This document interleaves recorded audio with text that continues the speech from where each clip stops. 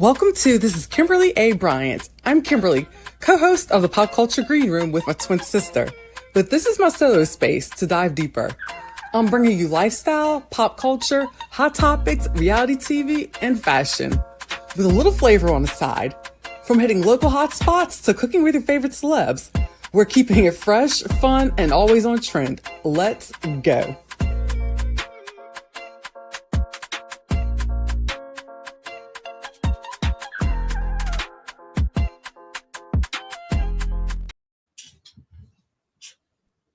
Woo! What is up, all y'all good people? This is Kimberly A. Bryant of the Pop Culture Green Room. And again, we are here with Danielle Peterson, aka DaniGossipGirl of Pop Culture Exposé. And we are here to cover week 5 of Love Island USA. What's going on, girl? Hey, Kimberly. Hello to all my mamacitas. Hi. Just need to show off my new mug. Which was created by another Danielle Peterson, not me, but another Danielle Peterson. Yeah, aka Holla Back Cards.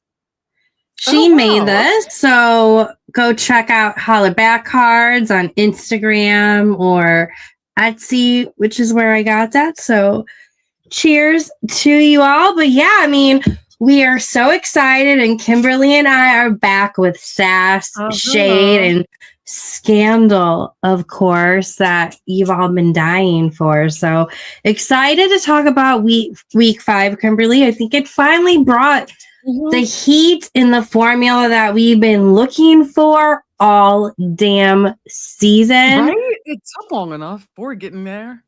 So yeah, I hope everyone, of course, has their drink and is ready to break it down with us. I'm ready. But speaking of drinks, want to make sure that we go over just a friendly little reminder that every week I do have a drinking game that you can either find on my YouTube channel or on Instagram as well. But tonight's drinking game is, of course, never for the week. Drink responsibly. Don't drive home later. But it is for the emotionally unstable, toe-licking, game-playing, baby-naming mess that was week 5. So here's how the drinking game is going to work this week.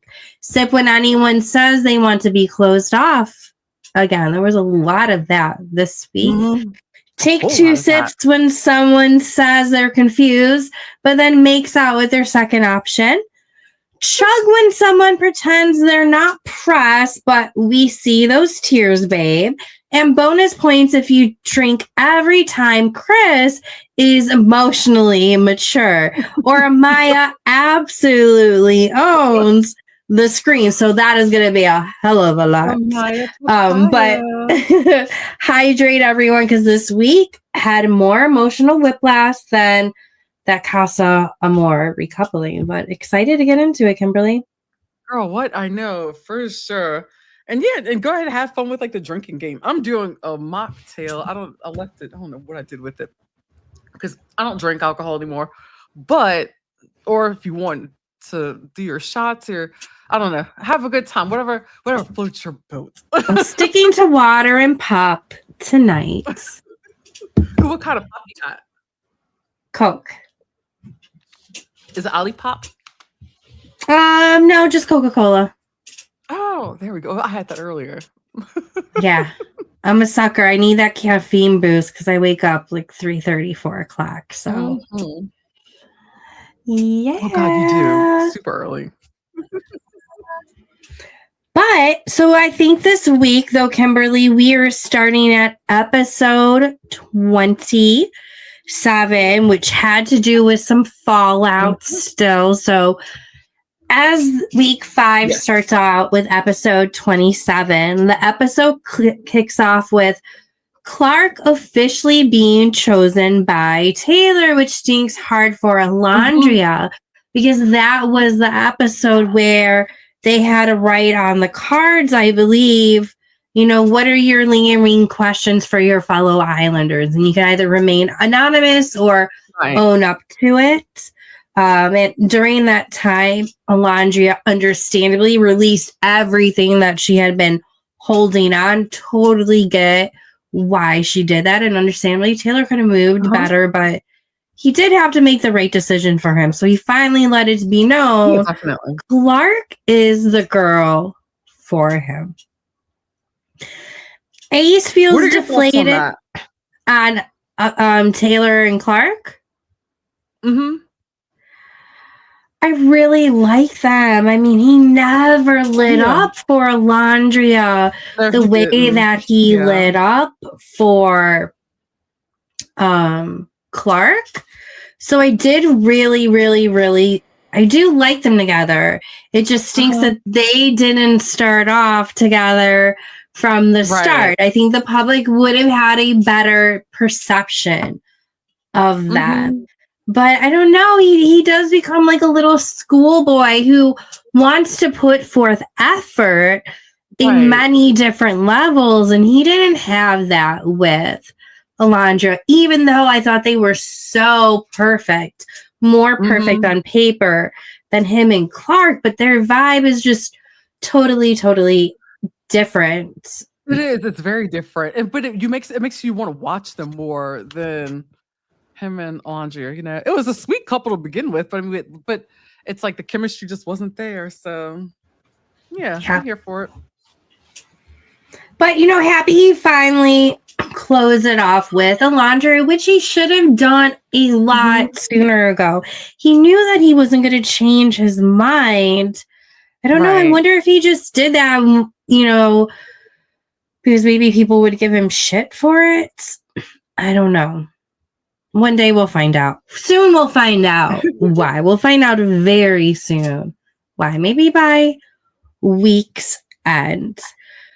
But as the episode continues, Ace feels deflated by his own situation with Shelley, unsure if they will ever be able to recover, because he flat out called her out for her hypocrisy with her wanting to explore Chris, but then getting mad because Huda goes after him, and he got really excited by it because Huda is kind of his type based off of his Instagram likes and comments, or maybe TikTok, whichever, but very hypocritical. Am I crazy, Kimberly, for thinking that Shelley's a little hypocritical? No, because that was the one thing that I had noticed. It was just because you can't, you can't sit there and say one thing to one person and then, do another. What's that quote? How does that quote go again? Oh my gosh, my sister says it all the time.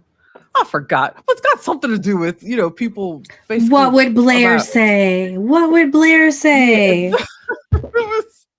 What is it? I can't. Man, where's my mind at today? But I forgot. Oh, I can't remember. Hello. Hi, Erin D. Yay, Erin. Hey, girl. Thank you for joining us, Queen. How are you? And don't get me wrong, with Ace, I get that he played games with Shelley, and she definitely deserved to be able to play as well. But by this time, they're at a different stage in the game and in a different stage in their relationship and getting to know each other. So, she shouldn't be playing these games. But I do really wonder if she really wanted Chris more than she wants Ace. I know. Like, for me, if she wants an actual relationship that she's seeking, I say for her to go for Chris. Yeah, I agree. That's my personal opinions. I think Ace is a little player, Yep. I agree, but who knows if this will change, although a lot of people are going to be sliding into his DMs. And Erin, always wonderful to have you here, so thank you for joining us. We're in good company this evening, Kimberly. We sure are.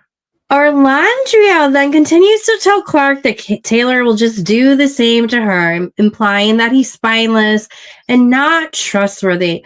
I get Orlandria thinking that. I don't think it was necessary for her to say that, and I don't think that he would do the same thing to Taylor. I think it was a big lesson learned how he handled that situation, and he just feels differently. Hey, Kimberly. Yeah, hello. Hi, Kimberly.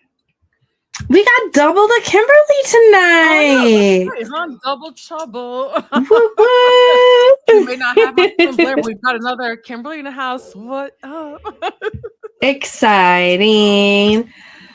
But in this episode, the house is really divided, which has made a lot of the audience want to yell and throw their remotes or throw their phone, depending on how you watch it, because of how this season has been. And it hasn't been the same vibes as last season. In this episode and in the last couple of episodes, it has felt like the villa hates each other, which is not how it should be. Of course, there should be some tension, but the house shouldn't be so divided. So, Amaya, Papaya. Oh, God, I'm so excited about this week recap because of her roller coaster of a journey. But Amaya feels isolated and emotional.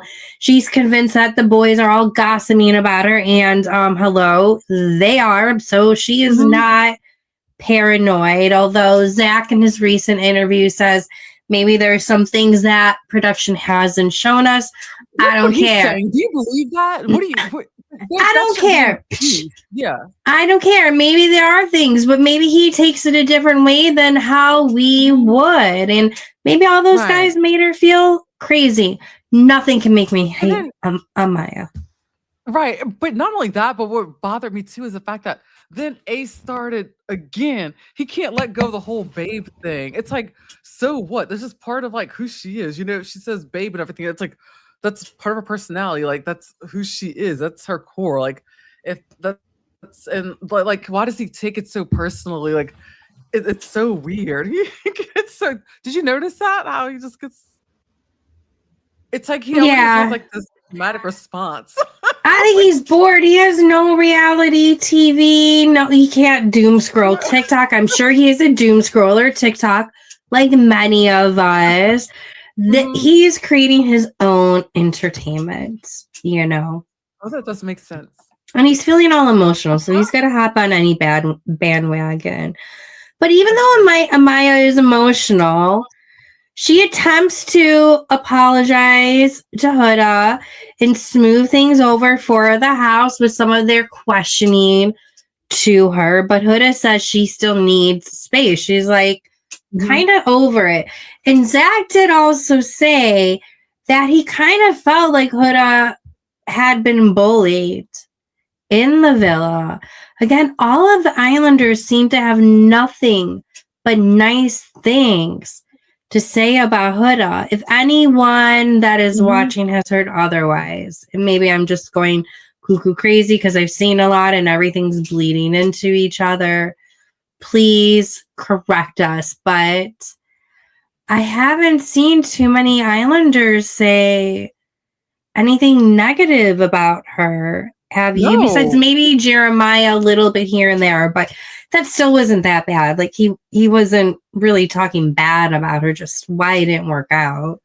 No, you're right. Not since they've like given her grace and that it seems like they've like talked to them or it seems like since they realized that there was like more going on with her, that it was probably, I mean, no one there is a psychiatrist or anything like that or a therapist, but to diagnose her, but everybody could tell that there was something going on and that they probably just needed to I think just be a little bit more understanding, but I find that they are starting to warm up to her better and come around a lot more to her than they were before. They're being more receptive is what is the right word I'm trying to use. And I feel like they're treating her better. But speaking of which, did you see that girl can sing? Oh, can she sing? Damn. Yeah. Everybody, if you have not seen Huda sing, do a Google search. She can sing like no other. I am so curious to know what is going to happen with her. I know. Wow. I was like, this girl's been keeping a secret the whole time. Maybe that's her secret weapon. Maybe that's what a secret that she's been having and keeping in her arsenal, you know? Yeah, I think there's a lot that people do not realize about her. Mm-hmm. I think you're right. She's pretty cool though. I like her. I've always been a Huda fan. And the girl can twerk. She can twerk. Oh, yeah, she got moves.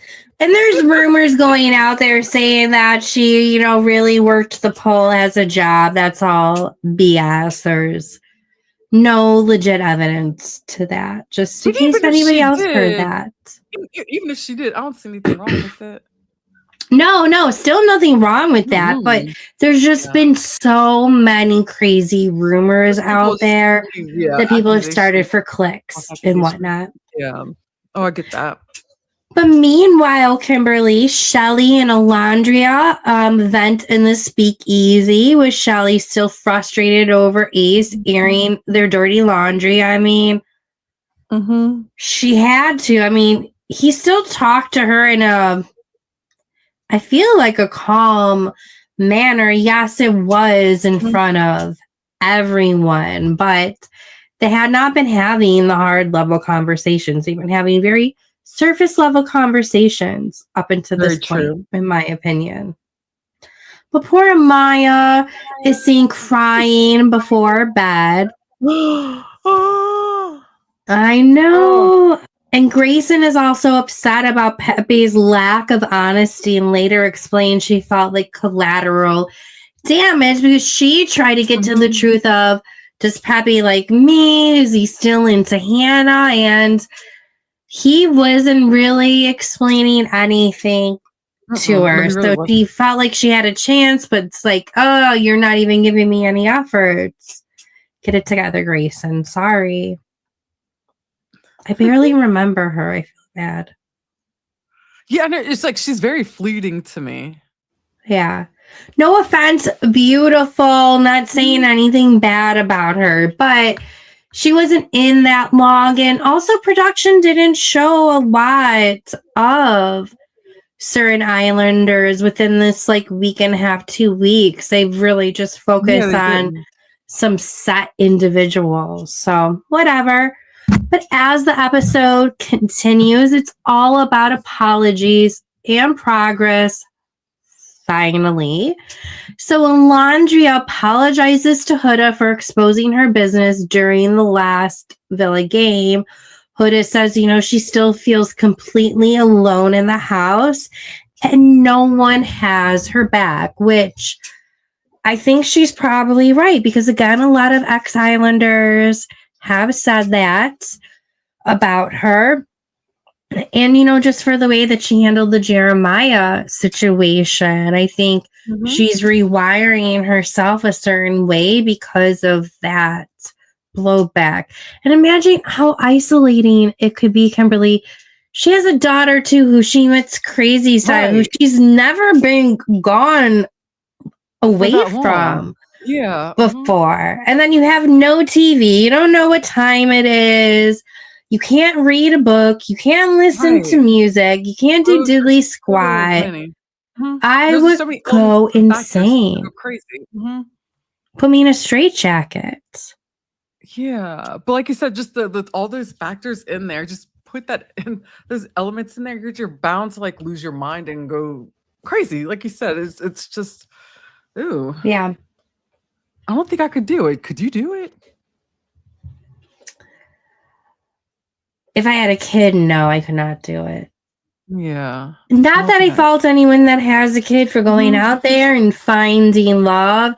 It is fantastic that she has a support system that allows her to do that. And I think her daughter is at the cusp of the age where it's okay. Like, I don't think it should impact her a lot. But, oh, that would just really drive me crazy. And she has a lot more on the line because of it. She wants love that much more. And she's sacrificing that much more as well.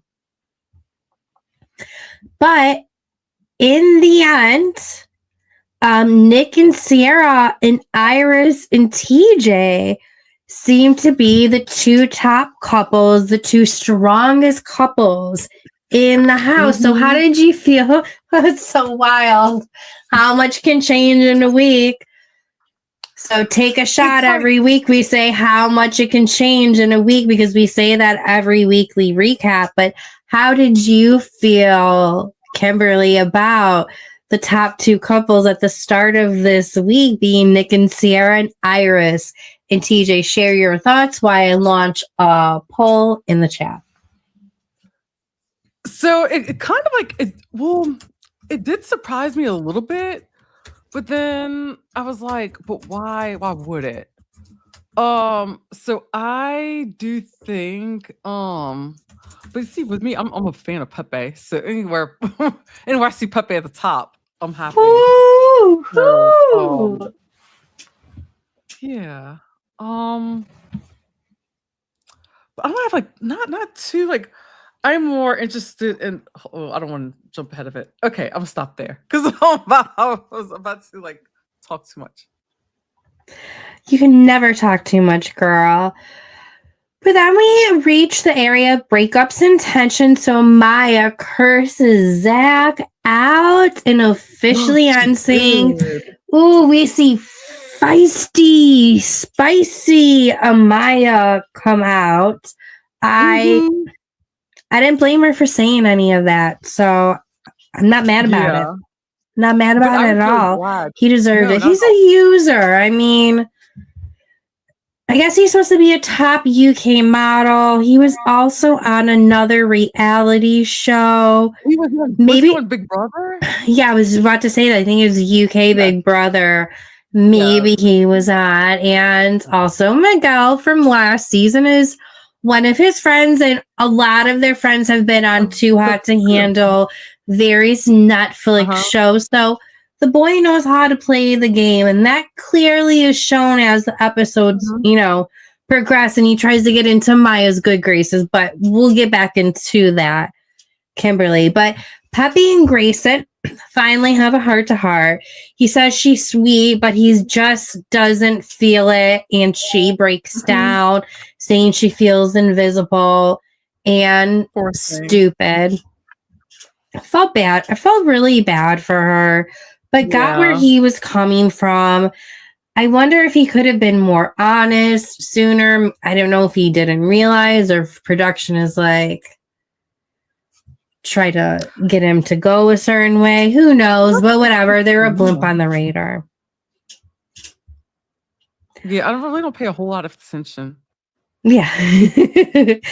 Huda and Chris, hopefully you've been paying attention, bond over their former band geek days. It was a very sweet and unexpected moment. I just don't think a lot of people understand how Huda is. She is really a geek at heart. She comes from a very reserved Middle Eastern family, didn't date until much later in life. I think her first boyfriend ended up being her baby daddy, so she doesn't have a lot of experience, and she hasn't had the best friends growing up as well. So even though she is a mom and she knows a lot, there's still a lot more to be learned, That's where you see the innocence factor in her, like where you just kind of like peel back those layers and see more that there's more to her than whenever she's a little emotionally unstable at times. Agreed.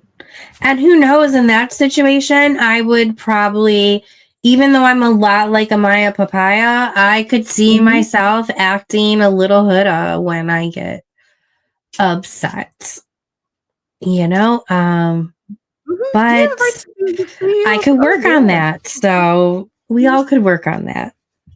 But I think this will be a lot of good self-reflection. But luckily, with self-reflection, Shelly and Huda have a long overdue chat. Shelly admits she didn't feel her loyalty was reciprocated, while Huda insists that her intentions were never malicious. They hug, but it's clear it's going to take some time to rebuild. Do you ever think they're going to be really legit friends, Shelly and Huda? I don't think so. Well, maybe eventually, if like once like the dust settles and they maybe if they like go like some like tours, whatever, like promotional tours or something like that throughout time. Maybe I could see them maybe like pulling themselves away from the villa and being able to talk and sit down and have a conversation or like a phone call. I think they could possibly hash things out. Yeah. Never say never. That's me. Maybe. It just looked like Shelly had just such disdain in her eyes for Huda, while Huda genuinely had love and like sorrow in her eyes for wanting to make it work. So we shall see. But there's a lot of new energy. Clark is glowing with excitement now that Taylor made his decision. I mean, they are on cloud 9, but the Islanders, Kimberly, they get a text. And it's teasing a new challenge. And Ariana makes her surprise return. Dun, dun, dun.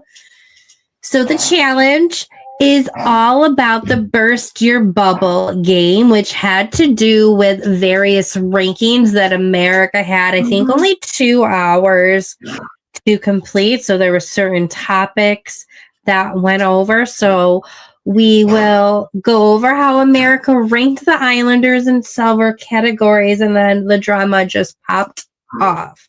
So one of the categories was the most genuine boys.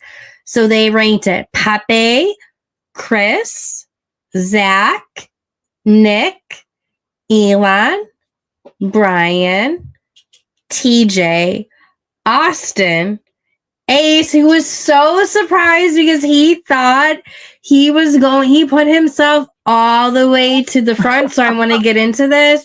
And then last was Taylor. So throughout this, Kimberly, what did you think about Ace ranking himself in multiple of these categories compared to how America actually ranked him? What did you think of that? Why? Like, I wasn't surprised at all. I wouldn't expect anything less from him, to be honest. So, to me, it was just on par for his character. So, it was to be expected. I mean, that bruised his ego more than finding out that Chris was crazy tall compared to him. Right? Oh, yeah.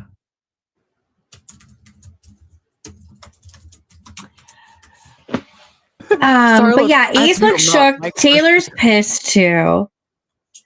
I feel bad. I don't think Taylor is not a bad guy. He just handled the situation wrong.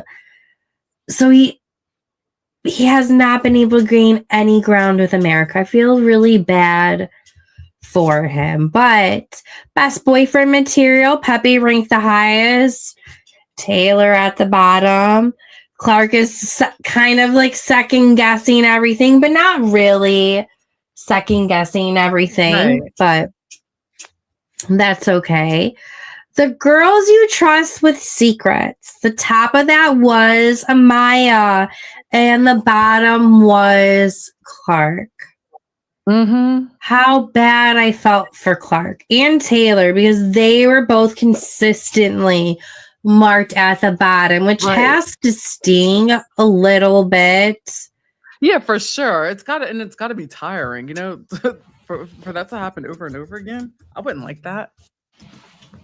Yeah.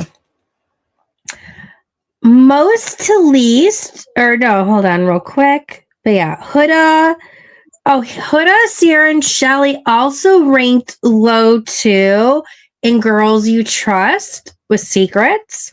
So there were lots of shocked reactions. I also loved throughout this, Huda and Amaya had some justice because the guys wanted to rank them lower for a lot, but America was ranking them higher. So I loved that they had some justice in that area.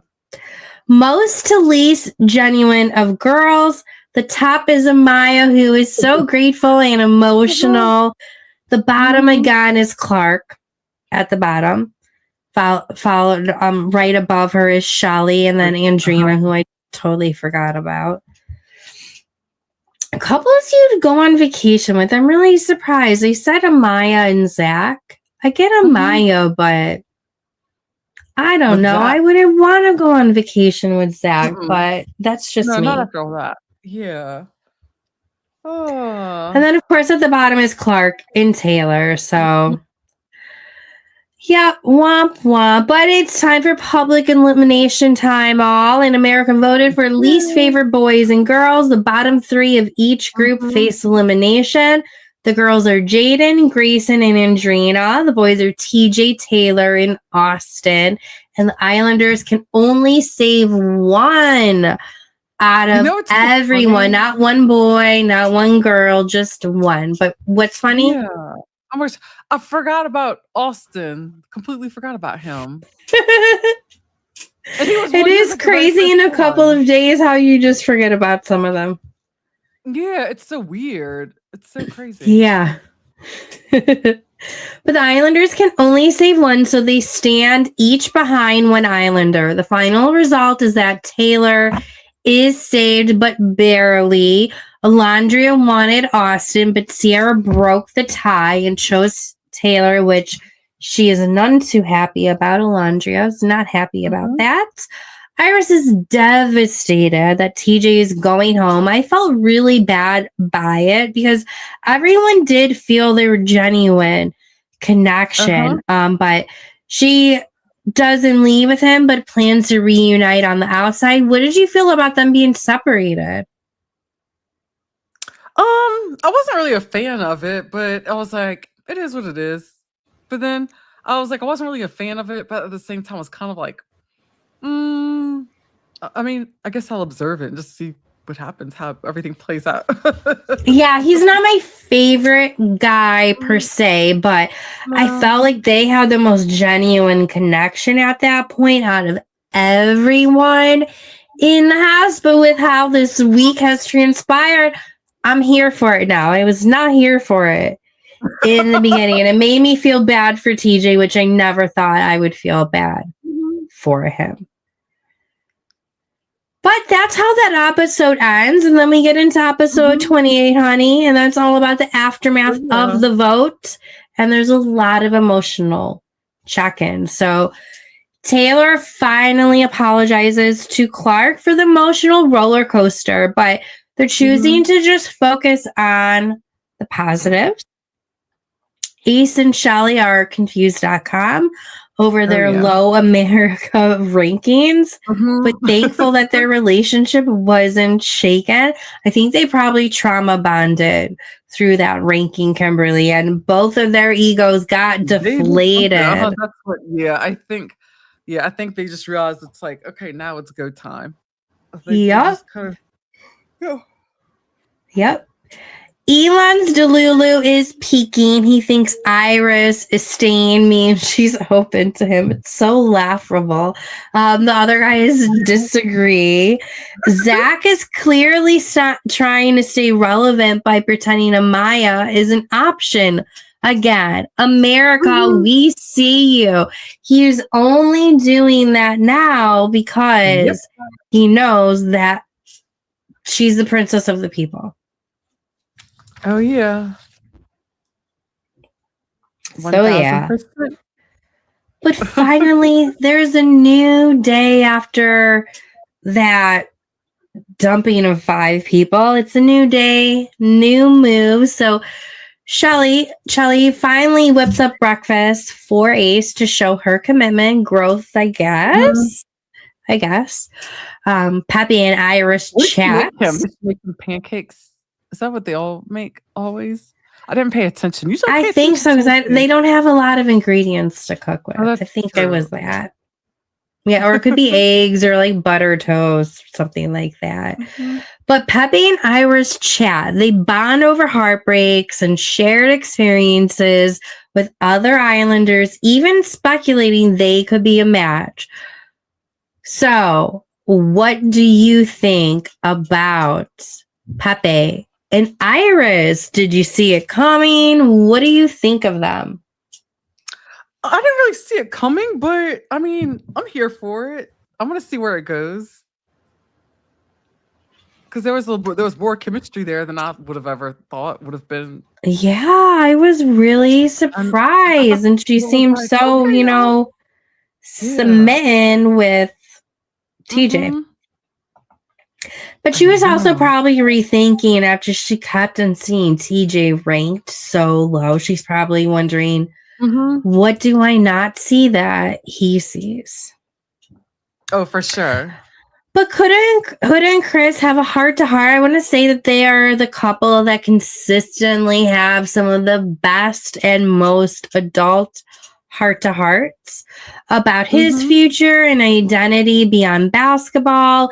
She opens up about her past struggles, and they continue to show how deep and supportive their connection really is. I think we all love them, and Kimberly will be back any moment. But they explored their connection, and I really love them together. Just talking about how great the connection of Huda and Chris is. And I like that she is handling things different with him than she did with Jeremiah. Jeremiah, yeah, for sure. But the most exciting part of it, I miss looking at Jeremiah. The most exciting part of this episode is Brian starts legit catching feelings for Amaya's fire and confidence. And honestly, it makes sense. They are a really good pairing. And then geographically too, and they looks. Are. Exactly. Yeah. Oh, no, like they're such a beautiful couple. Like I think they're gonna be like my new favorite couple. But I love the way he stood up for her though too. Yes. Yes. Mm-hmm.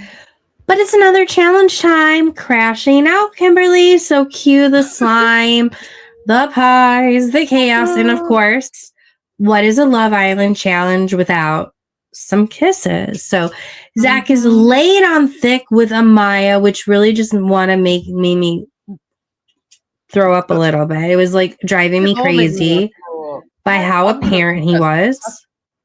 I fast forwarded through. It was. I was just getting nauseous. I'm like, maybe I'm just too sober to watch that. I used to see it across the whole time in public at Shore Club, especially Shore Club in San Diego all the time. I used to go out back in the day, and I'm like, now I'm kind of like, oh Lord. Take a gummy beforehand, maybe. I don't know, but definitely Zach is laying on thick. But also make sure to, of course, kiss Alondria, who he is trying to also pursue mixed messages, of course.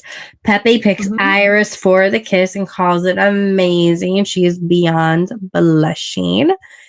Elon picks Sierra as his wing woman and Iris for the kiss, which Iris absolutely hates the kiss.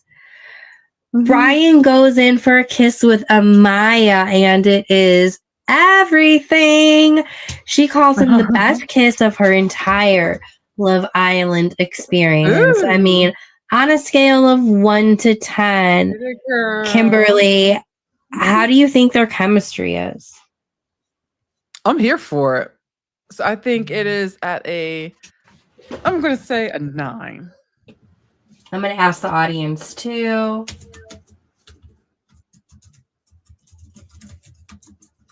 And then do you know that he lives in Boston and she lives in New York? And he's actually in New York often. So they're probably one of the couples that could work the best geographically. Yeah, that's the same thing I was about to say.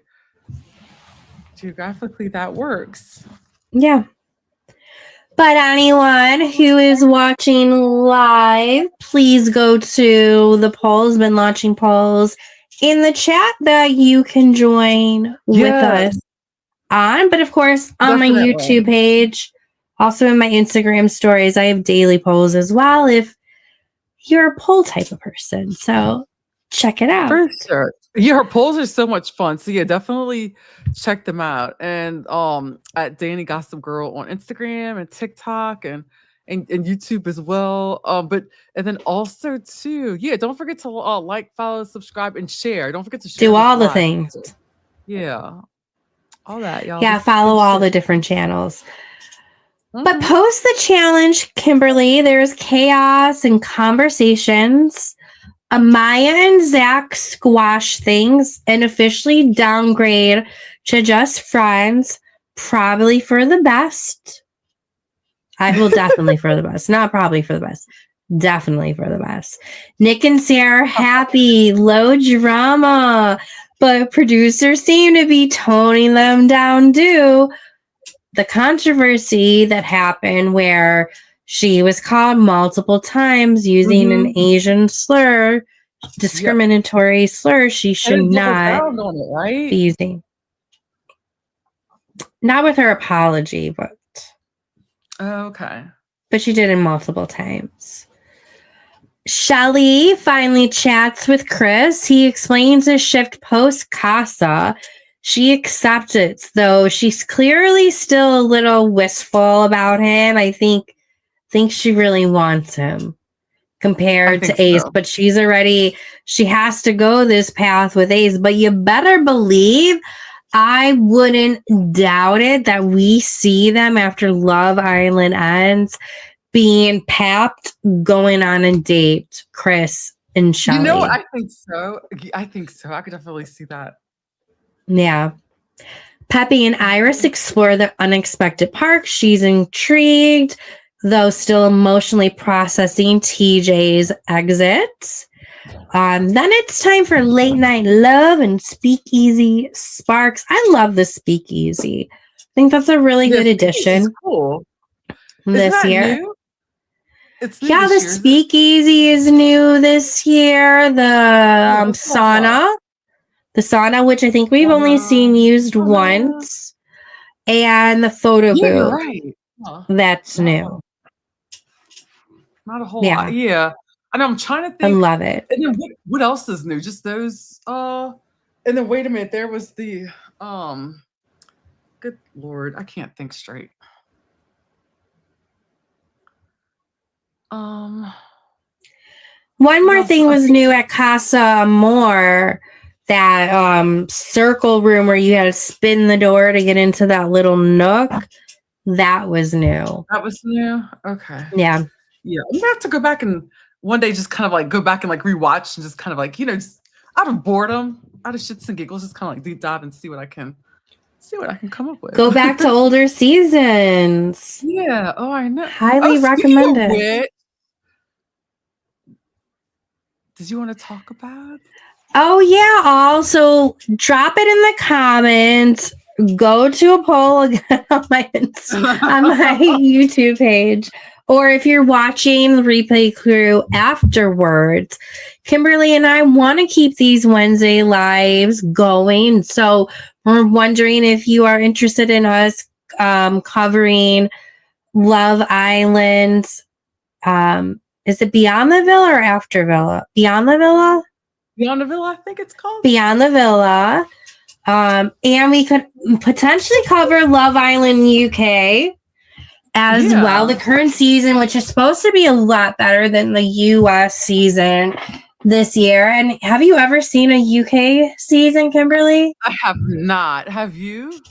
I've seen all of them, except I didn't finish the last half of last season because one guy, Joey Essex, who's been on so many British reality TV shows, he kind of ruined it for me. He was a producer plant, so it ruined the season for me. But I would love to watch that show with you, and knowing you've never watched it, so it'd be a good yin to my yang, That would be fun because we'll have your hot take on it as well. And like I'm watching it for the first time, and you can like kind of get my reaction.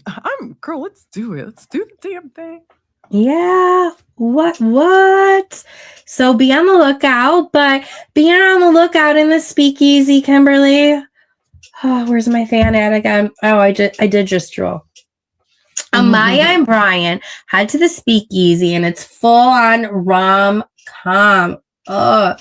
Ass grabbing, moo-moos, all of the things. And as we know, I love a good ass grab. They bond over love languages.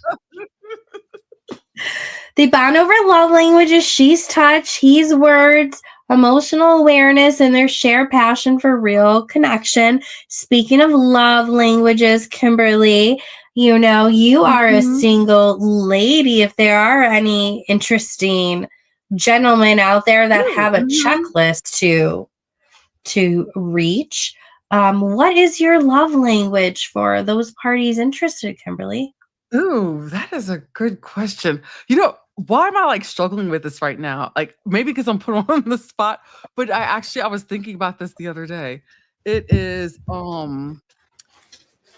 it's my love language is it's actions, like doing things. Gift of service. Yes. Okay. That's it. Cool. Yeah, I think I like that and touch. I like all the things though, honestly. I like it all. But yeah, I mean, Amaya mounts Bryant. They share the longest, steamiest makeout of the season. It's passionate AF and honestly iconic. Oh, so steamy. You're so funny. It's steamy. Good to get hot and bothered, you know. It helps out with you know, spice up my marriage watching Love Island, you know. Girl, look, if that's what works, if floats your, but look, have at it. I say, do what you need to do, you know. Look, there's worse things, right? Yeah, there's so many. There's worse things. I think Love Island is a great thing. I think it's a great bedroom tool. Yeah, I agree. And if not, you're Tom Sandoval. You know. But that episode ends, Kimberly, and we are on episode 30. And I'm going to write on a Post-it note the word "you know" with an exclamation cross through it so I can remember to stop saying it. But on episode 30, there's no episode 29 because that was the After Sun episode, which I think this was actually a good After Sun episode. Deb Shrub was on there. She's one of my favorite Love Islanders, obsessed with her. And I think there was a lot of good details shared on that. But the major bombshell of episode 30, and I was actually surprised because I didn't think that this was going to happen. And I was commenting and talking online with Reality Ops that I didn't think that production was going to kick Sierra out. But if they didn't, they were going to be facing multiple lawsuits. Right. If they didn't. Did you think they were going to or not?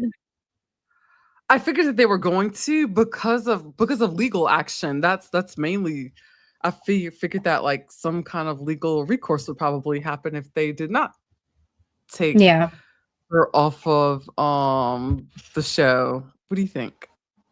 This is when we need a lawyer. Yeah. I was hoping that they were not hoping that they were going to. Because I don't know if people should automatically be kicked off of shows like that for it. It is really wrong. You should lose brand deals. You should definitely, the public is going to say something. You should be held accountable for it. But it's also very impactful to see that person learning those lessons on TV. It's going to help somebody that lives in a community that's maybe surrounded by ignorant assholes, so to say, learn that, oh, this is how me and my friends talk. Oh, this is not okay. I wish sometimes we could watch on TV watch her have to deal with it. You know what that reminds me of? Instead of just her Instagram live or whatever she posted. I'm not excusing her behavior. I think she should lose followers. I don't think she should get all of the hate or death threats or anything. But I would like to see people held accountable on TV and actually have to go through it. I mean, imagine, Kimberly, if we actually had saw Stassi and Kristen Doty go through losing every brand deal, all of this stuff. Their podcast is crumbling. The companies that they were starting, the podcast tours, they were getting ready to launch. Imagine if we actually saw that fallout that they had to go to. I don't know if that would have been more impactful, but what is your thoughts on it? So I do think they should have kicked her off, and I do think that was the right thing to do, because it just, so many more problems would have come from it. And then not only that, it's like it would give her, it would kind of give the free pass to a lot of people, like, to basically say it's okay. But That's however, if they can spin it, kind of like, if you think about, because whenever you brought that up, it made me think of the old, like the OG seasons of like The Real World, like over 20 years ago. And that's basically, things like that happened. But they did spin it, but they didn't really spin Thinking it so back to New York right now, that New York scene on the streets between, I think it was Julie. I can't remember the other gentleman, but yeah, I'm having all these flashbacks for moments like that. Was it David? Was that his name? It might have been. But yeah, I know what you're talking about, though.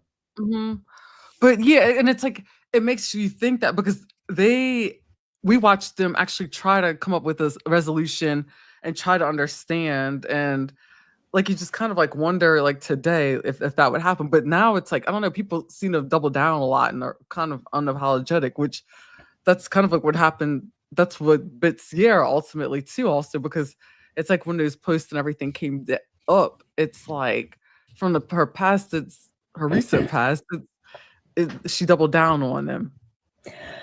I don't know if that was doctored, because she shared another screenshot today of her responding back to that person and apologizing for it and saying that she didn't realize, and it seemed like an honest apology. Maybe it was Dana Bowling who read it, or Donna Bowling, sorry, who read it today on her podcast. Oh, maybe. So it's hard to say.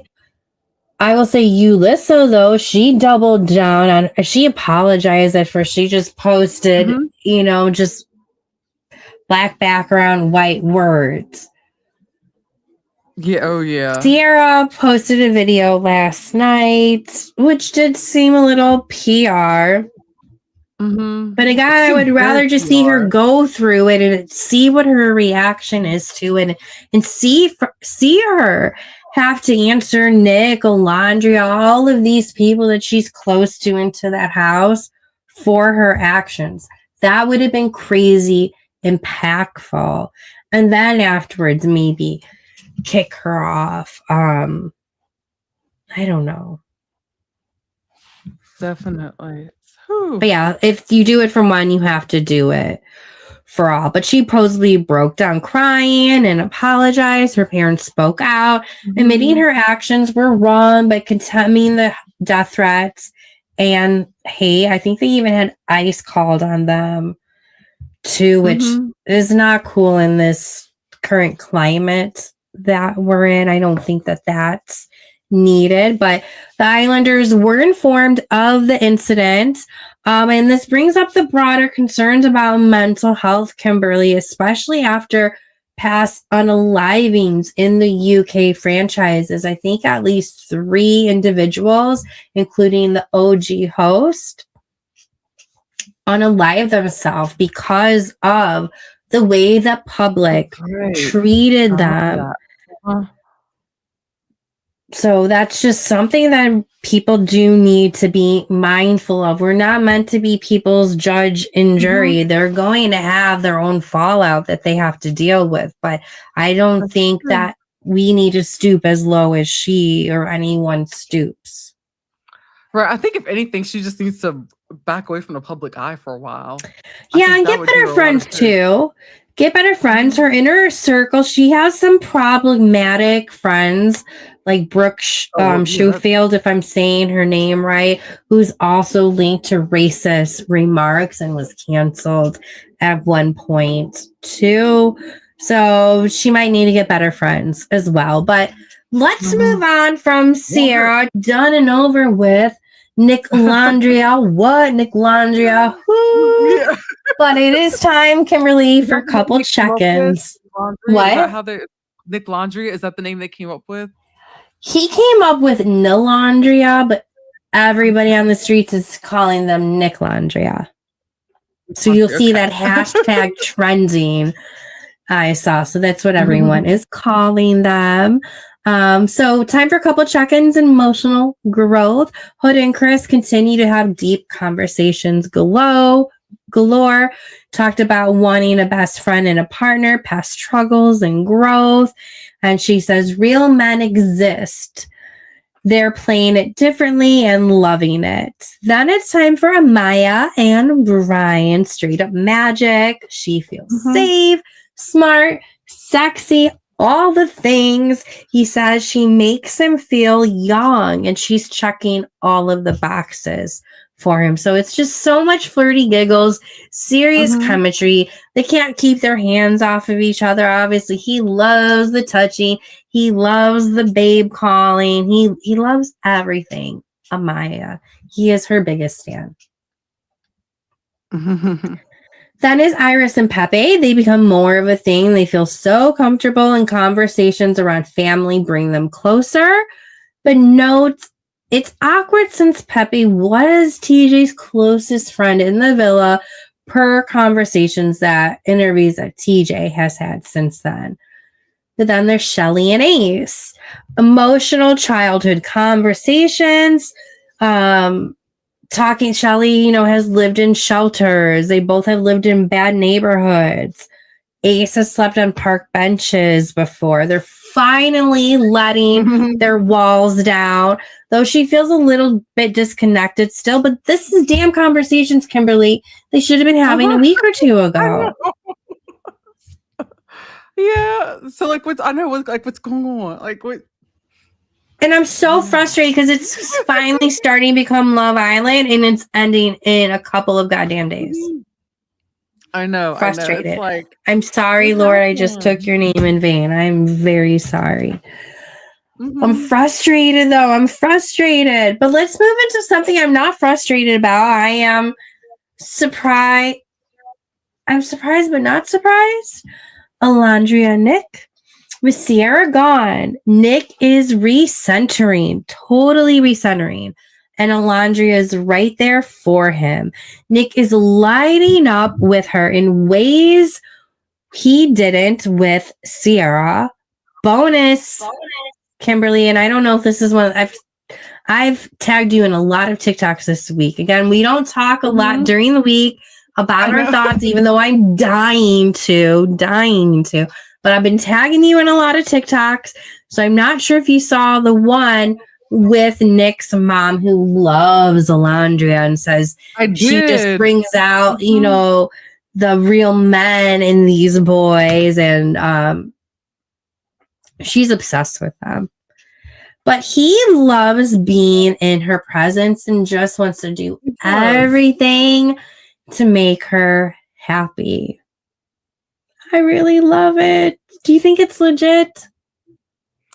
I thought it was really. It could be. I don't know. I really don't know, but it could be. I mean, he had some great words though. But I mean, it's like I feel like it could be. But I was really impressed, and I was like, his mama done raised him right. Oh yeah, I mean, but they have so much in common. Their love for. Is it the Philippines? They love the Philippines. They love helping.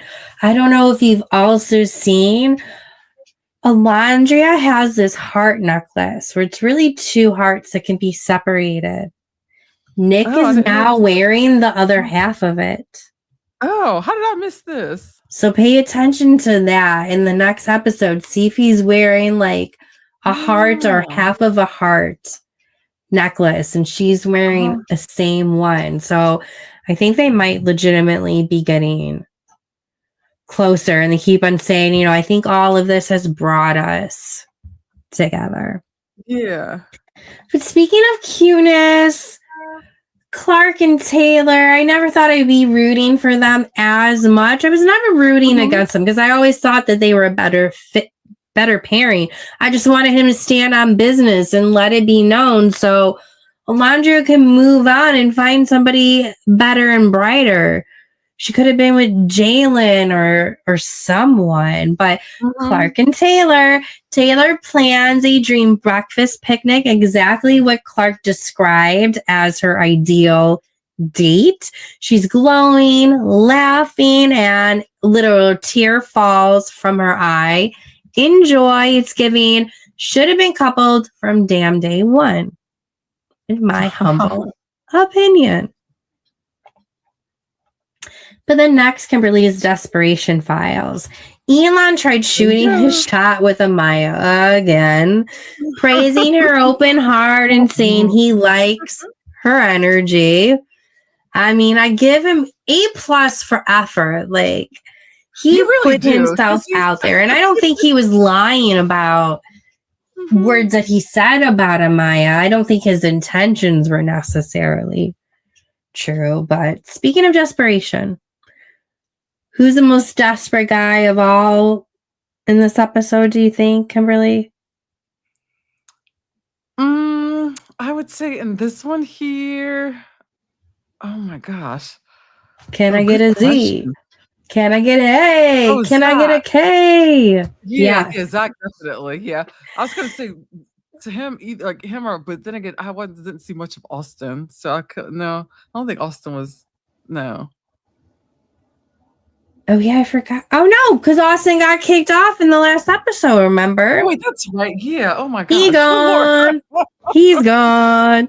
But Zach also went for Amaya and Alondra, claiming a fresh start and no grudges, but it reeks so much of strategy, which makes me not want to follow him afterwards. Originally, I wanted to follow him, but like this desperation is like a big ick. Alondra, though, does seem to genuinely enjoy their chats, but as we know, she has better options now. But it's recoupling time. So the Islanders tonight, there will be, I wish I could do Ian Steering's voice. I really wish I could. There will be a recoupling where the woman will choose and any guy left will be dumped. The guys are freaking out. Many wear black like it is their funeral. So and anyone watching in the chat or in the replay crew, please drop who you were hoping would have been kicked off. But in walks Ariana looking like a goddess in a robe cape. I loved this outfit. I just love how she wears the dresses. The dresses don't wear her, although they're like made for her body. Oh, beautiful. Beautiful. Not that she gets every look right, because that one look on that same week that Paige hosted just didn't hit. No offense to Emily Munn, her stylist, who I adore. But the recoupling picks is, of course, Shelly picks Ace. We finally feel like we are each other's number one. Clark picks Taylor. So happy, excited to keep going. Taylor looks relieved. Huda picks Chris, of course. She's nervous, but says he makes her feel calm and safe, and Chris is giddy AF, practically glowing. Iris picks Pepe. She feels seen and fun around him. Alondra picks Nick. Nick says she makes them feel more manly and cared for, which I loved because that's exactly what his mom said. I can't, oh my God. I am so excited now for Family Day. I can't wait to see his mom's reaction. I'm so excited for Family Day now. Oh, is this a new thing? No, it's not a new thing. Did they do Family Day last year?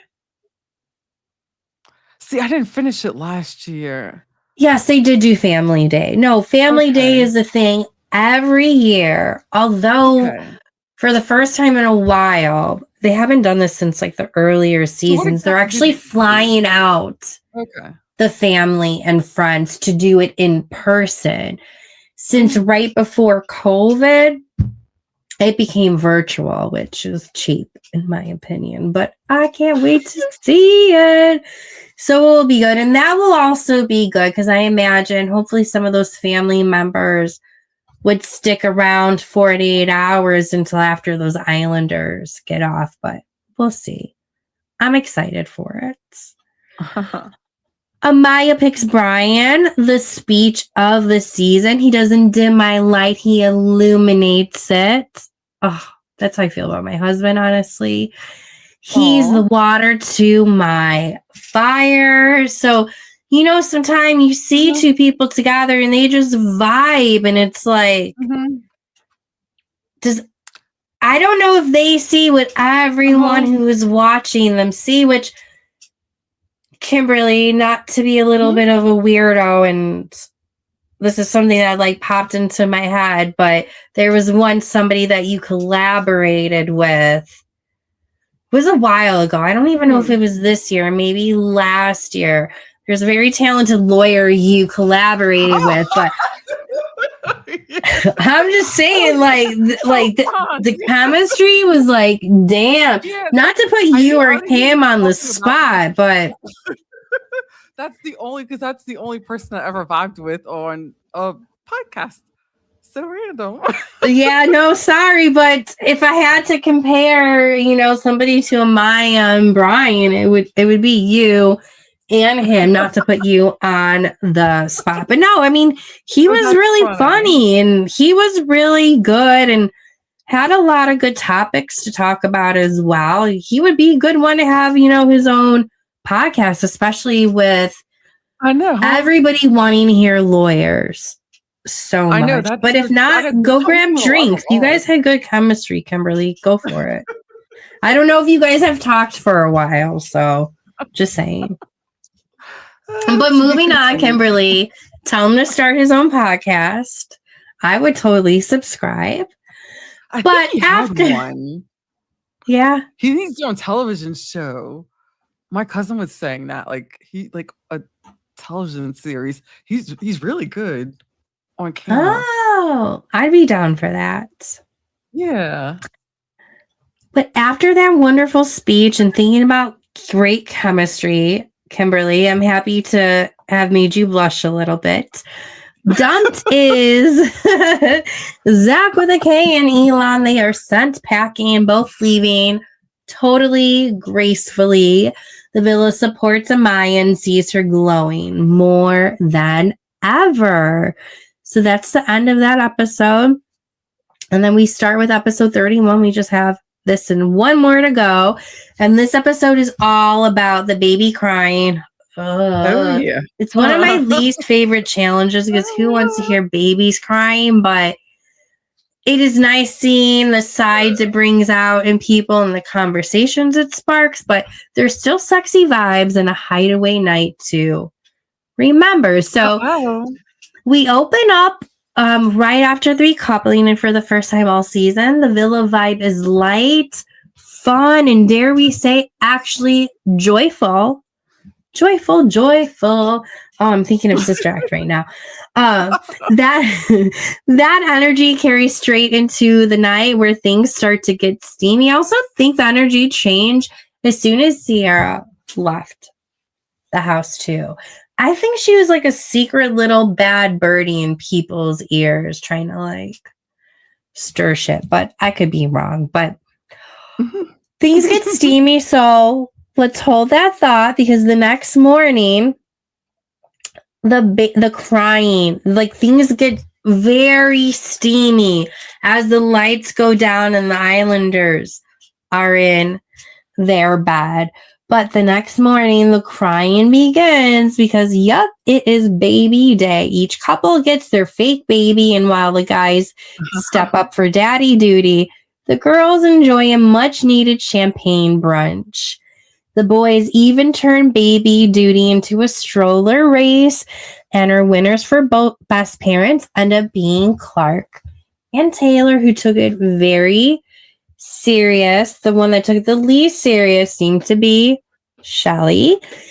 And if that wasn't excitement enough, the Hideaway finally became open in this episode, and the individuals heading into it is, of course, Amaya and Bryant. So the villa erupts. Could you have imagined anyone else but them?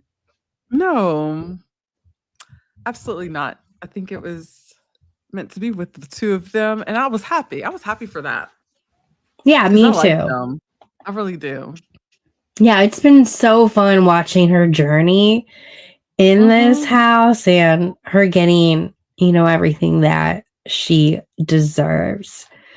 But let's break down each of the couples in this episode. I think this is just a good time to really dive into where each of them are at this point late in the game, and knowing that there's only about 3 episodes left or so. But let's start with Alandria and Nick, also known as Nick Landra. She's glowing post recoupling and says, bitch, yes, he's her type, because she did kiss him on day one. That's true. But they were just both so coupled off really fast. He's feeling fluttering in his chest just by being near her. He's saying he's feeling things he has never felt before. And in bed too. He's like, whoo, I'm feeling warm. He probably needs to control it down there. Originally, they named their baby Hilton when they thought it was a girl, but finds out that it was a boy. So Nick names their baby Marcel. What did you think about that? I like that name. I like that. I like that name, Marcel. I love it. Marcel can go either way. I think it would be a really pretty name for a girl, and it could be I think it's a pretty unisex name. What do you think? Yeah, it's a pretty name. I liked it. But Nick is back in his soft boy era, talking about adopting pre-villa. Pre-villa, he was investigating. I don't think he went through all the motions, but he was investigating how to adopt. Because he travels the world helping, and he wants to have a little sidekick. Oh my goodness, how to top the panties off a girl. Oh, I know. Yay. But he wants a 50-50 partner, but definitely Alandra could be for him. And they're vibing over Thailand and college football. Everyone in the villa is rooting for them. It's official. The spark is back in Love Island. Everybody, let us know how much you love this group. I'm going to launch a poll. Yes, I want to see this poll. I love polls. Polls are so fun. I still can't figure out how to polls. Okay. What do you think is going through Sierra's head? That as is she's watching this. Probably just trying to figure out what her next PR strategy is going to be. Honestly, that's what I think. You don't think she's pissed at Nick at all? Maybe, but I think she maybe a little bit, but I think she's more worried about trying to save her reputation. Yeah, I could see that. But good for him for moving on. Speaking of moving on, time to move on for couples. Huda and Chris. Someone threw a condom in their bed, and yep, the rumors are true. Chris later confirms to Bryant that they did do, in fact, the deed, and he now feels lighter. Their baby Layla kicks off some stress, probably gives Huda a little bit of PTSD. But Huda gets in her feels during the challenge. After a bit of weird tension, Chris pulls her aside for a calm, vulnerable talk that ends in a deeper understanding. This couple just keeps on growing emotionally and physically. But of course, with more physicality comes way more feelings and expectations. Although I've liked overall how she's handled everything. But next is Iris. And I mean, good growth, I feel like. In the next episode, I want to talk about it more, her growth, in the last episode that we're recapping. But Iris and Pepe, they are smitten and sweet, naming their baby. I think it was Lois and Peter. They have... Yeah, Lois and Peter. They have a giddy makeout sesh and finally act on their chemistry. You can tell she feels seen. I do think something happened in the bedroom with them. Amaya and Bryant, as we know, their chemistry is on another planet. She says he makes her feel safe and sexy. They align on family goals, living locations, and everything just seems so right. She's nervous for the hideaway and for shaving her, her butt crack. But after raiding the girls' lingerie stashes, if she only had granny panties, she is ready. And these two are giving elemental energy where fire meets water.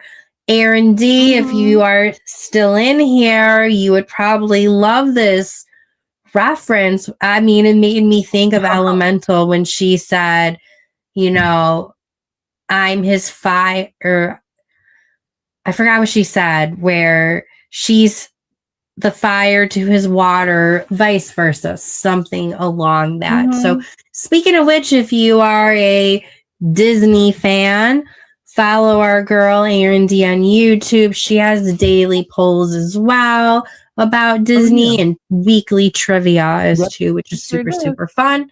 And part of the reason why I started my polls and trivia. But Shelly and Ace, they name their twins Apollo and Chase with a third coconut if Ace gets lucky. They are hilarious, flirty, and finally acting like a real couple. Shelly surprises him with a s'mores date. It's her first time ever eating s'mores, and he is just freaking beaming. He is so beaming.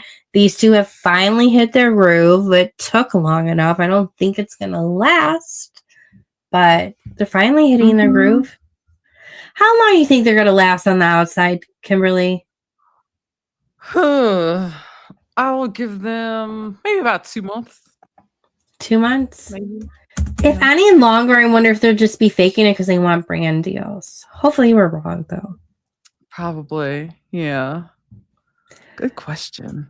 Last is Clark and Taylor. They're glowing from parenting to win and name their baby Elijah. I believe it's Elijah. Taylor plans the cutest breakfast picnic to date for her, the same kind that she described as her dream date just a day earlier. And as I said, she tears up over it. And their chemistry is really like pure sunshine. But Kimberly, this finally brings us to, oh yay, dropping in that link. This finally brings us to the last episode of week 5.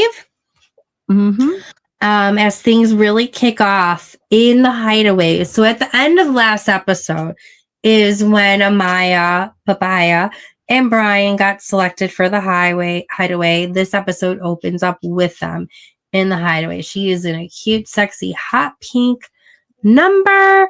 Brian is enjoying whipped cream, furry blankets, and serious heat. Serious heat. They hit up a hot tub with a fire pit. That looked so nice. How I would love that setup. Can you imagine? Oh, I know. Oh my gosh. So lovely. Woo! La la. So they are soaking in the vibes, joking about their fake baby from the parent challenge. They confirm great sleep and definitely more than that happened twice in a row. Woo woo. Good for them for stamina and going a little bit longer than Nick can go, Mr. 20-second and 45-second. Hopefully him and Alondria will go longer. But this is full-on Love Island level 10 intimacy. The next morning, the boys head out for a surprise 3-on-3 basketball game. I was so excited for them, especially knowing so many of them are basketball That's why I guys. was so happy about it. I was like, yeah, good release for them. I think they needed that to pick up their spirit too. And I was excited to see how they would do against the guys where they're totally not pros at it. But this was one of my favorite Ian Sterling commentaries when they were like walking up and he was describing all of them as pro players, and then he's like, and a dance TikToker, and a pretty boy, and a cowboy. It was really funny, the commentary that he did. So loved that. But back at the villa, the girls play the Would You Rather game and enjoy some bonding.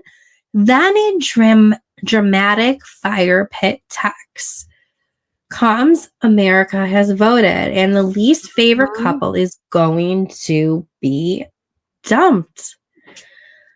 Who did you think was going to be the least couple? I thought it was going to be Clark and Taylor. Did you think they would be the least favorite?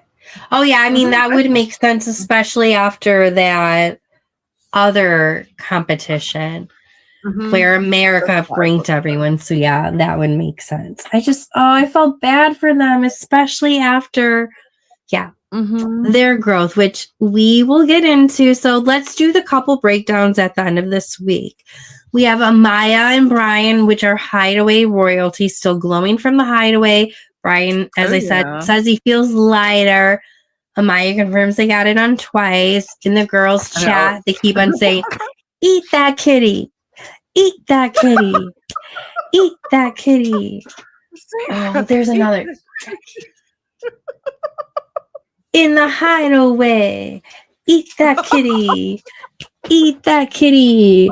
And guess what, Amaya? Rihanna slid into your DMs with Fenty, baby. So eat that kitty. May everyone have their kitties taken care of. Meow.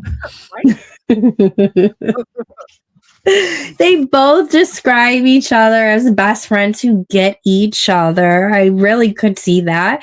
Brian said he'd do it all over again 1,000 times. Major green flags.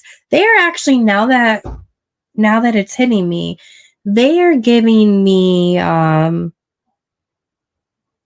Leon Miguel vibes with how their relationship progressed and how they became so strong at the tail end of it. Okay, I could see that. Giving me vibes a little bit. Next is Huda and Chris, but unfortunately there seems to be some trouble in paradise. So Chris is noticeably off at the start, says he's tired, but really he's bothered by Huda's lack of PDA. Huda gushes to the girls that he's perfect and their communication is strong. But Chris tells the guys that she can be combative. A tense conversation unfolds. Chris says her refusal to kiss him publicly feels off, especially given the private chemistry. Huda says it's from trauma from how the other Islanders have treated her and Jeremiah. I do believe that. I think she really cares for him. And she's like, I'm showing you everything and then some when it's just you and I. But she walks away from the conversation. He questions if it's worth it. Amaya calms him down, reminding that Huda's been through a lot, but there is emotional tension, but still some hope. Do you think they're gonna make it, Kimberly? I think so. I think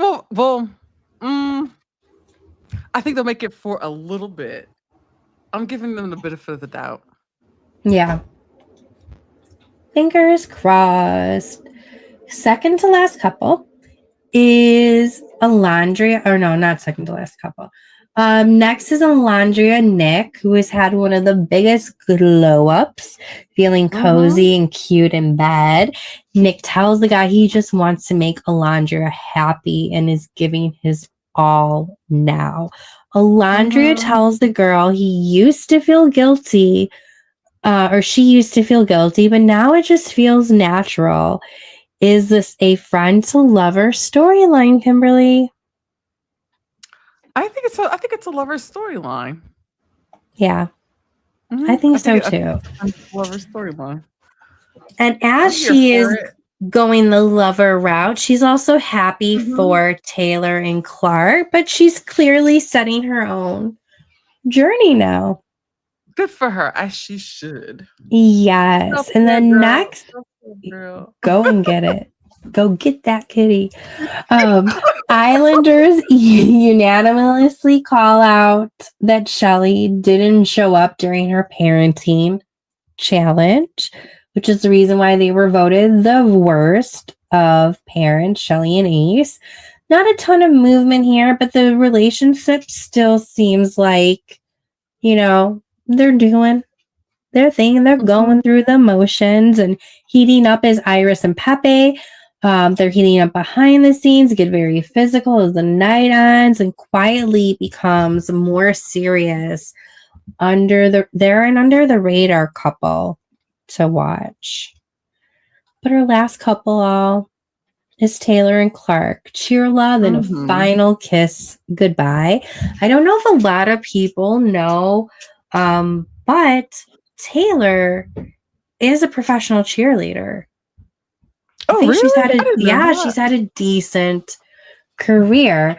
So they talk weddings, big branded cowboy hats and all. Taylor is all in, so Clark brings out a new side in him, and no one else has ever made him feel like this. He plans a surprise cheerleader themed close it off gesture with the boys to honor Clark's pro cheerleader pass. I don't think any of the public realizes that. Yeah, I was looking at her Instagram for like some good pictures and stuff, and she doesn't have a lot from recent, but most recent pictures is of her as a cheerleader. Oh, awesome. So I'm all for that, but in a heartbreaking twist, because it was really nice seeing how they were acting, but they got dumped by America, everyone. That's surprising, so it's bittersweet. They keep on kissing. Stay grateful. They're leaving on a high note. I could see them, lasting hopefully a decent amount of time, unless just their schedules and timing doesn't work. Not because they don't like each other. But as the week ends, Kimberly, there is a couple of big themes. There's emotional tension versus physical chemistry with Huda and Chris and Iris and Pepe. And then we have the public vote shakeup where fans sent Taylor and Clark home. Friendship's still thriving. Less drama, thankfully. And luckily, the Hideaway was finally open. I bet you the Hideaway would have been opened more, Kimberly, had more couples taken it serious. When you actually open up and develop a serious relationship, that's when Islanders get rewarded in more aspects, like opening up the Hideaway. Sure. But overall, Kimberly, what do you think of week 5? And is there anything you're hoping for week 6? I was happy with it, but like you said, I wish that it would have I wish it had heated up more, like where it is now, like a couple weeks ago. But I'm okay. I'm happy with it. I'm here. I'm glued. So I'm just hoping that something like super exciting, like earth-shattering at least happens. What do you think? I don't know if anything earth-shattering will happen except Probably not. if Nicolandria goes all of the way, and if that parent that family day like really pops off, I think that could be a good whoa moment for the audience. True. Yeah. I don't know. It's been a good week. I really don't want it to end next week now, but who do you think are going to be the final 3 couples, Kimberly? The final 3. Okay, I'm gonna say Amaya and Bryant, Ace and Shelly, and probably Austin and girl, check yourself. Why do I keep trying to put Austin? You forgot him and now you're remembering him? Nick and Alondra. Okay, Nick and Alondra. I don't know why I keep saying Austin's name. What the hell? I think it's going to be okay, I'm jotting down what we picked so we can go over this. I think it's going to be Amaya and Bryant, followed by Nick and Alondra, followed by Huda and Chris, if they can get it together in the next episode. Just based off of polls that I see. Although Ace and Shelly have had one of the most consistent connections, I don't think the public is really buying it. Either. Yeah. So we shall see, but please drop it into the chat, whether you're watching now or after later on, who you guys think will be the top 3. But definitely Kimberly and I appreciate you. So it's kind of a wrap on week 5, Kimberly, the week of freaky hideaway energy, brutal public rankings, and more hypercritical takes than we could count. So whether you're Team Huda, rooting for Nicolandria, or mourning the fall of Shelly and Ace again, just know this, the drama isn't slowing down. So as Kimberly mentioned before, guys, make sure to follow, subscribe, slide into the comments with your hot takes. We love to hear and engage with you. And of course, we'll be back next week on Wednesday on time, guys. I just want to apologize to everyone and to Kimberly again for the millionth time that I woke up from I never woke up from a 20-minute nap. I had everything set up. I woke up to the next morning. Everything was set up. My podcast lights were still on and everything. I'm so sorry, guys. Hey, look, shit happens. Like, don't even trip. It was like I said, you needed to rest.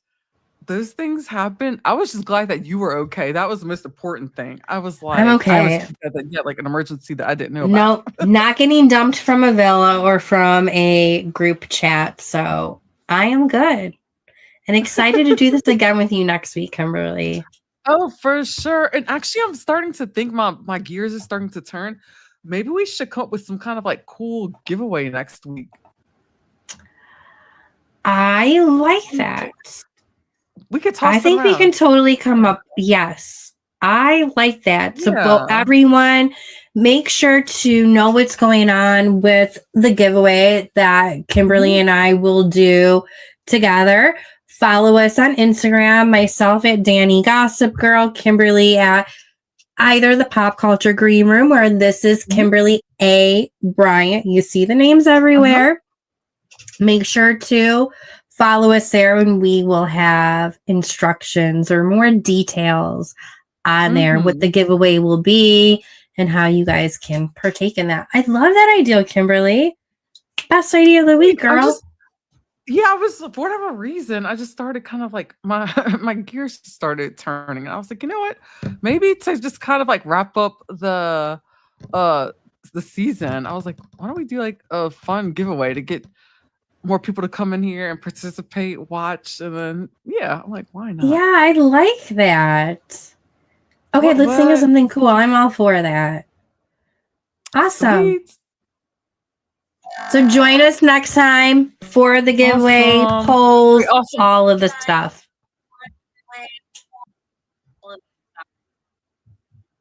Definitely so. Well, thank y'all so much for joining us. Y'all have a good night. Don't forget to like, follow, share, subscribe to Danny Gossip Girl and Pop Culture Exposé, and of course the Pop Culture Green Room. And this is Kimberly A. Bryant. Well, y'all have a good night. Sleep tight. Don't do anything that I wouldn't do. Yeah, please don't do that I used to not do.